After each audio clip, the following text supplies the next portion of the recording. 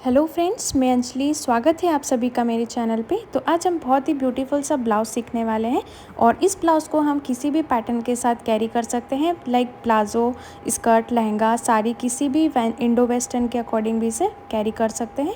तो आइए हम इसकी कटिंग और स्टिचिंग दोनों देखेंगे। तो मैंने किनारी वाली साइड से इसे फोल्ड कर लिया है, अपनी तरफ फोल्डिंग साइड है और सामने तरफ ओपन। नीचे से सबसे पहले कपड़े को बराबर कर लेना है और इस तरह से मैं स्केल से एक सीधी लाइन ड्रॉ कर लूँगी। सबसे पहले हम बनाएंगे फ्रंट पार्ट और जितना भी टोटल लेंथ आपको रेडी चाहिए उसमें 1.5 इंच बढ़ा के लेना है। तो मैं यहाँ पे लूँगी 15.5 इंच और इस तरह से एक स्ट्रेट लाइन ड्रॉ कर लेना है। अब फोल्डिंग साइड से शोल्डर ले लेना है हमें 5.5 इंच। आर्म होल डाउन करना है 6 इंच पे। 6 इंच के नीचे से भी हमें मार्किंग कर लेनी है 5.5 इंच पे, ताकि जो लाइन है वो बिल्कुल बराबर आए और इस तरह से एक स्ट्रेट लाइन ड्रॉ कर लेना है। अब जितना भी आपका चेस्ट है उसका 4th पार्ट मार्क कर लेना है। तो 36 साइज़ के अकॉर्डिंग मैं लूँगी 9 इंच और 2.5 इंच का मार्जिन आप चाहे तो 3 इंच तक भी रख सकते हैं। इस तरह से लाइन को मिला देना है। 30 है हमारी यहाँ पे वेस्ट, तो 30 वेस्ट के अकॉर्डिंग मैं यहाँ पे लूँगी उसका 4th पार्ट। तो 4th पार्ट हो जाएगा 7.5 इंच।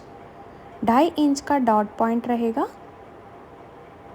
और 2.5 इंच का मार्जिन, जैसे कि हमने ऊपर की साइड दिया था। मार्जिन जितना भी ऊपर देना है सेम उतना ही नीचे भी रखना है, बट डॉट पॉइंट जो रहेगा वो 2.5 इंच पे रहेगा और इस तरह से दोनों लाइन को मैच कर लेना है।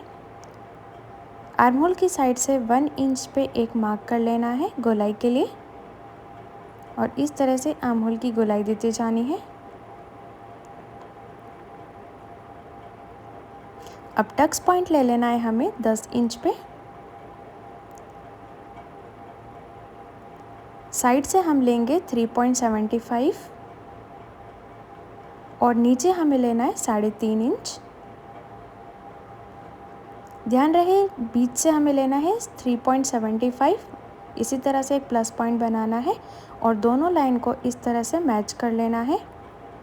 डॉट पॉइंट रहेगा हमारा 2.5 इंच पे, जैसे कि हमने मार्जिन में ऐड किया था और इस तरह से दोनों पॉइंट्स को मिला लेना है।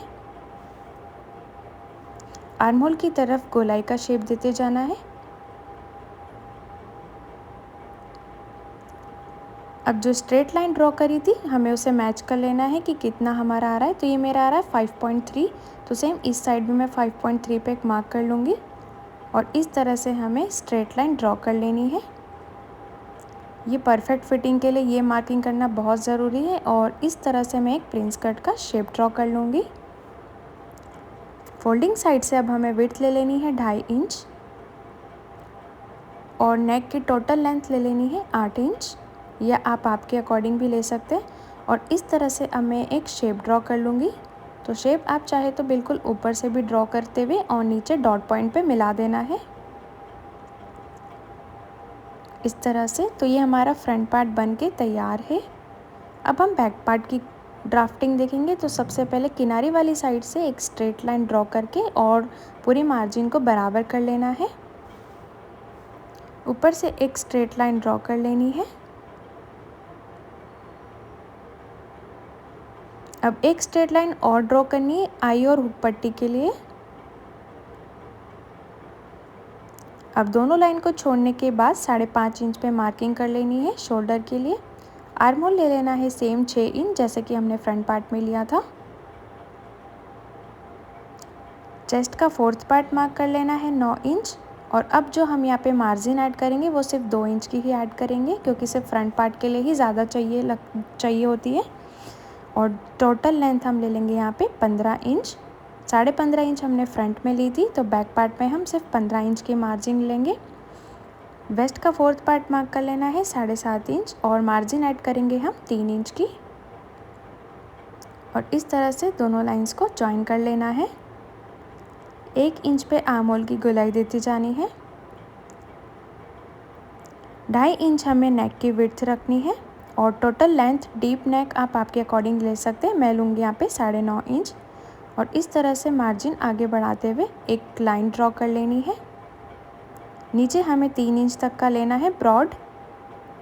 और जैसे कि हम ब्राइडल नेक बनाते हैं सेम उसी तरह से ब्राइडल नेक का शेप ड्रॉ कर लेना है इस तरह से। अब नीचे भी हम एक बहुत ही सुंदर सा शेप बनाने वाले हैं, तो जो मैं पिंक वाले चॉक से बनाऊंगी सिर्फ उसी को ही ध्यान रखना है। नीचे से इस तरह से गोलाई देती जानी है और जो भी हमारा फ्रंट वाला मिडल पार्ट है उसमें थोड़ा सा आगे बढ़ाते हुए एक गोलाई और देती जानी है। इस तरह से हमारा यहाँ पे नीचे वाला शेप भी बनके तैयार है। अब हमें इसकी कटिंग कर लेनी है, तो डॉट पॉइंट से मिलाते हुए हम फ्रंट पार्ट की कटिंग करेंगे इस तरह से। बैक पार्ट की आर्म होल की भी कटिंग करते जाना है।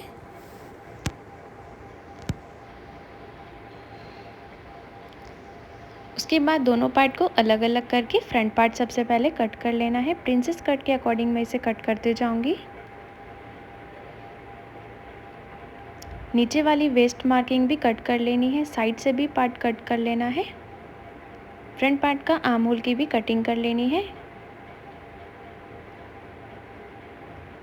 तो फ्रंट पार्ट मेरा यहाँ पे कंप्लीट है। बैक पार्ट की कटिंग कर लेना है, तो इस तरह से मैं साइड से कट करते हुए जाऊंगी। उसके बाद हमें साइड वाले पार्ट को इस तरह से बैक वाले पार्ट के साथ फ्रंट पार्ट को मैच कर लेना है और इस तरह से लाइन को अगर थोड़ा ऊपर नीचे आ रही है तो उसे मैच कर लेना है, क्योंकि साइड फिटिंग में हमें दोनों पॉइंट्स का मैच होना बहुत ज़रूरी है और उसी शेप के अकॉर्डिंग हमें उसे कट कर लेना है। तो यहाँ पे फ्रंट और बैक दोनों पार्ट मेरे यहाँ पे कंप्लीट कट हो चुके हैं। उसके बाद हमें इसे मैन फैब्रिक पे रखते हुए अच्छे से कट करते जाना है। तो मैन फैब्रिक मैंने यहाँ पे चिकनकारी लिया है, आप आपके अकॉर्डिंग भी फैब्रिक ले सकते हैं। तो फ्रंट और बैक पार्ट को मैंने इस तरह से मैच कर लिया है और बिल्कुल हमें थोड़ा थोड़ा सा मार्जिन रखते हुए इसे कट करते जाना है। बट जो हमारा नेक रहेगा वो बिल्कुल कट टू कट करना है। नेक में हमें बिल्कुल भी मार्जिन ऐड नहीं करना है, सिर्फ साइड से आप थोड़ा थोड़ा सा एक्स्ट्रा कट कर सकते हो। उसके बाद प्रिंसेस कट को भी इस तरह से एज इट इज़ कट कर लेना है।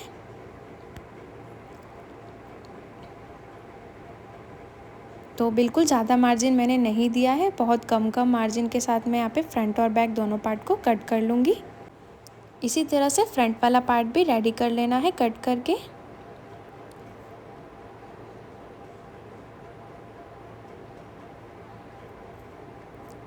तो आज के हमारे ब्लाउज़ की जो डिज़ाइन की कटिंग है वो कंप्लीट हो चुकी है। ये बिल्कुल स्लीवलेस रहेगा, आप चाहे तो इसमें स्लीव्स भी ऐड कर सकते हैं।